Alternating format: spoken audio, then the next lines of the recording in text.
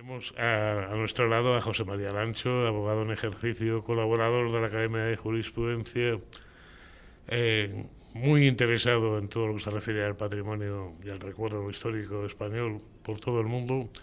Ha colaborado en el caso Odyssey, asesorando al Reino de España en el tremendo litigio por la posesión del pecio, y lleva varios años, me consta, muchos años trabajando sobre un tema poco conocido, o poco conocido como debiera, que es la enorme ayuda económica española a los Estados Unidos durante su guerra de independencia. Ayuda que fue en buena medida decisiva para que la consiguieran. Y creo que es mejor que nos hable él. Muchas gracias, Agustín. Yo creo que para el que no conozca a Agustín Rodríguez González, se está perdiendo probablemente el mayor cronista de los últimos 100 años, o quizá más, de lo que es nuestra Armada y nuestra historia marítima, porque somos esencialmente un país marítimo que muchas veces no lo sabe.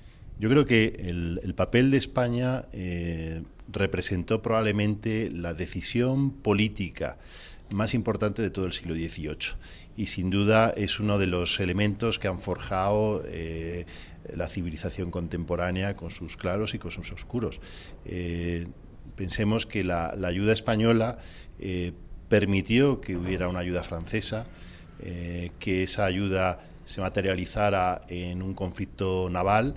Sin ese conflicto naval, la principal herramienta de sujeción de las colonias británicas a la madre patria pues habría seguido manteniendo, y precisamente una convicción personal, sin la ayuda extraordinaria que propiciaron las dos monarquías, española y francesa, a la independencia, el nacimiento de los Estados Unidos habría sido distinto. Conocemos la experiencia de las independencias de los países hispánicos, mucho más dura, más larga, más cruenta. No contaron con la ayuda y con la generosidad de dos de las principales estructuras políticas europeas en aquel momento. Y yo creo que eso explica mucho de los diversos caminos que siguieron tanto los Estados Unidos de Norteamérica como los estados hispánicos cuando se independizan de España. Que mientras la ayuda francesa ha sido muy publicitada y muy reconocida, la ayuda española ha pasado mucho más en la penumbra, siendo probablemente mucho más decisiva en muchos más aspectos, incluso para algo que muchas veces se olvida, en el hondo legado hispánico desde el principio que hay en los Estados Unidos de América, que forma parte constituyente de esa nación. La ayuda más desconocida probablemente que recibieran los Estados Unidos, y más decisiva, pues fue la ayuda financiera. No es la única. España, el Reino de España, perdió 33 buques, murieron más de 8.000 militares, marinos españoles en la defensa o en la consecución de esa independencia. Y económicamente fue tan decisiva como que habría sido imposible este conflicto sin esa ayuda.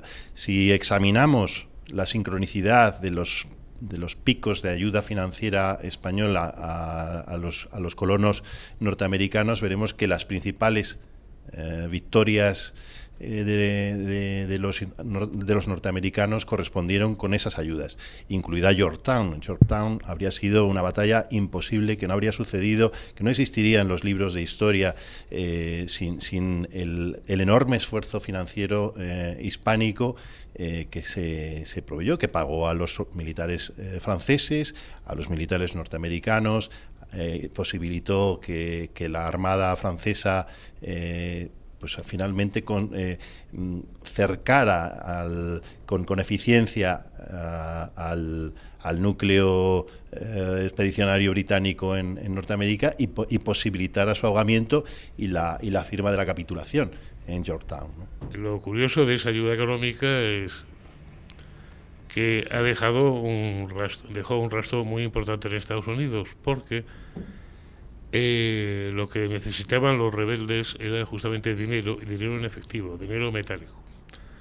Y lo que les llegó fue reales de a 8 españoles de plata, los pesos o los pesos duros. El posterior dólar de plata no era más que una imitación, una copia de la moneda española, porque se habían acostumbrado a utilizarla, que llegó masivamente, y hasta el símbolo del dólar está inspirado en el reverso de los pesos duros españoles, las columnas de Hércules y la guirnalda del plus ultra. Eso es el emblema que dio origen a la S de dólar, que no era una S. Hay un aspecto también fundamental en esta deuda, y es que, como tantos otros capítulos del siglo XVIII español, pues se quedó extraviado. El siglo XIX de nuestro país fue una enorme sucesión de dificultades, una gran guerra civil que se prorroga hasta 1939, sucesivamente un momento de crisis económica que realmente nos hizo incluso extraviar elementos fundamentales de nuestra identidad.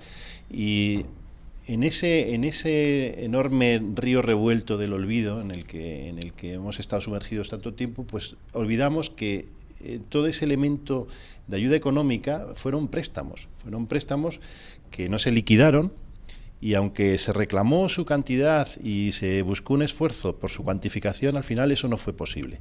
Las dificultades de nuestro país con la invasión napoleónica, con las sucesivas guerras civiles que experimentamos, hizo que todo ese esfuerzo económico que se había materializado en forma de préstamos pues se olvidara. Y sin embargo es muy interesante reflexionar sobre la vida jurídica que tuvieron esos préstamos, ¿no? Realmente la experiencia del tiempo en el derecho, sobre todo en el derecho internacional público, es muy distinta del que tenemos en la experiencia del derecho civil ordinario, de los ciudadanos día a día, en el que el tiempo efectivamente pues hace que las relaciones jurídicas se transformen. Pero no es así la experiencia en el derecho internacional público. La extinción por culpa del tiempo de las deudas entre Estados, de las obligaciones entre Estados, es algo muy complejo de argumentar en derecho internacional público. Entonces, de alguna manera, si examináramos desde el derecho español y desde el derecho norteamericano cuál ha sido el destino de todos estos créditos impagados, pues nos sorprendería que desde su propio derecho interno y desde el nuestro, en lo que es la interpretación de derecho internacional, seguirían vigentes. Estaríamos hablando de unas obligaciones entre Estados en que todavía podríamos sostener jurídicamente que mantienen el vigor. Y eso yo creo que hace muy potente la recuperación histórica. Sí. Hace muy potente la recuperación de la memoria histórica respecto de esto. En un instante cultural de Estados Unidos en el que el valor de lo hispánico se está a veces cuestionando y a veces adquiriendo un espacio necesario, en el que creo que dotar de ese recuerdo perdido respecto del protagonismo de la sociedad hispánica en Estados Unidos, en el nacimiento y en la creación de lo que es ahora mismo el proyecto político más importante de nuestro planeta, de nuestra humanidad, pues creo que vale la pena. Es muy interesante que no olvidar estas páginas. Yo creo que el empeño en recordar esto es tanto español como norteamericano, y hablo ya de Estados Unidos como un país en el que podemos estar hablando de una realidad hispánica como podría ser el resto del continente, o sea, un país hispánico. Y las razones por las que se produjo este olvido, pues entre otras, es la impropia imposibilidad de los nacientes Estados Unidos de atender al pago de estas deudas. Entonces, la reacción que tuvieron los plenipotenciarios norteamericanos en la negociación de la paz en París fue la de ser completamente conscientes de que la deuda, los préstamos, no eran atendibles en ese momento por la hacienda norteamericana. De hecho, inmediatamente después de obtener la independencia, entran en una crisis política enorme por la incapacidad de dar respuesta desde el Estado a las obligaciones financieras que tenía. Se producen levantamientos, toda la zona del Kentucky, del Ohio, hay probablemente más del 50% del territorio norteamericano, de repente se plantea el no seguir vinculado con los Estados Unidos y sujetarse a la corona española.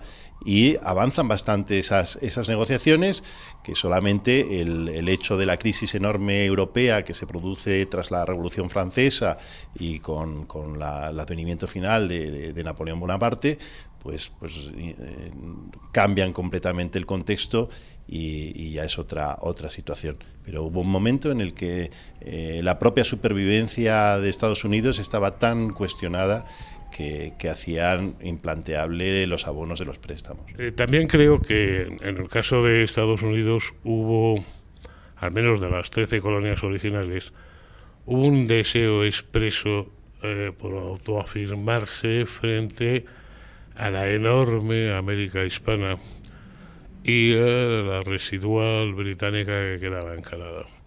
Entonces, un poco todos los países que nacen necesitan, como los seres humanos, también autoafirmarse su juventud, y entonces en un primer momento la autoafirmación era desligarse un tanto de la inmensa América hispana. Luego después ha habido otras razones en los muy distintos destinos de ambos países, que Estados Unidos ascendente y una España descendente en crisis, que claro, hacía un poco atractivo el considerarse parte de esa herencia. Si las cosas hubieran sido de otra manera, por supuesto, la herencia española en Estados Unidos hubiera sido mucho más popular y se hubiera recordado más. Carlos III asume la responsabilidad de una de las decisiones con mayor alcance que podía asumir el Imperio español en aquel momento, que es nada menos que apoyar un proceso de independencia de unas colonias respecto de su estado madre, ¿no? Esa decisión, que además es bastante consciente, se han conservado los distintos memoriales que tanto el conde de Aranda, desde París, era el embajador español allí, con un papel fundamental en lo que es todo la organización y coordinación con Francia de la ayuda a los Estados Unidos y del desarrollo de la guerra contra el Reino Unido después, el imperio es consciente de las dificultades y de los riesgos que va asumiendo. Y Carlos III, desde luego, asume un papel de protector de los nuevos Estados Unidos. Pensemos que la guerra transforma completamente el mapa mercantil de los Estados Unidos, de todas esas colonias, y hay un margen de tiempo importante en el que el comercio con los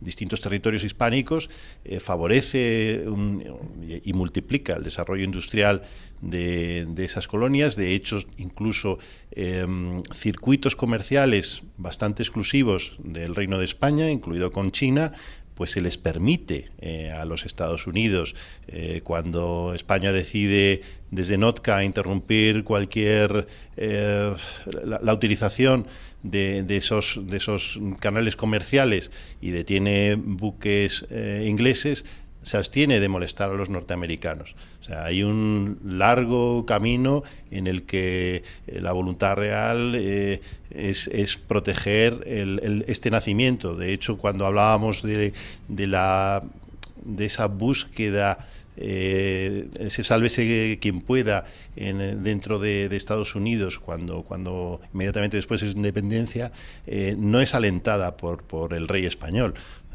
Si hubiera habido una mala fe, desde luego que la actitud española habría sido otra. Yo creo que Carlos III se mostró hizo un empeño en que ese país no naufragara al nacer, al contrario. Hay una cuestión en esto que normalmente no es bien interpretada.